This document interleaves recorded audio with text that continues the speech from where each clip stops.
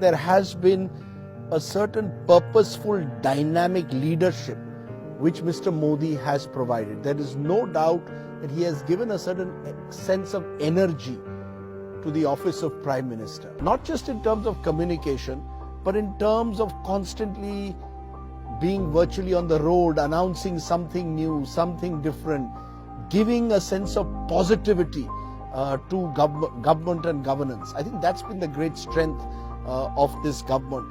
And I think there has been a conscious attempt to move from outlays to outcomes. And I think that's important for any government to focus on outcomes, not just on outlays. And I think Mr. Modi, with his positive energy, has given a sense of dynamism to the entire central government process. The thing about Mr. Modi is that he never leaves any space for the opposition. He will take on corruption through demonetization, take on black money. He will say, I'm pro-poor, soil card scheme, Ujjwala scheme.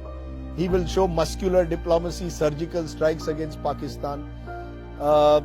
He will reach out to young India, start up India, stand up India.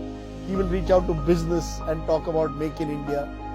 If I'm an opponent of Mr. Modi, where do I hit him if on every issue he's appropriating the credit to himself or taking over that space? Where, having realized that there was this image being cast of him as Soot Boot Ki Sarkar, Mr. Modi consciously looked for pro-poor schemes, some of which, like the soil card scheme for farmers or the Ujjwala scheme for providing LPG, for providing kerosene stoves at cheap rates, have been pretty successful.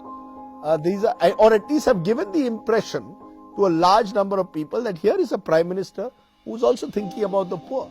Purely for his ability to take risks in the context of demonetization, you'll have to give him very high marks. And I think he also was able to send out a certain fear factor amidst those who hold large amounts of black money.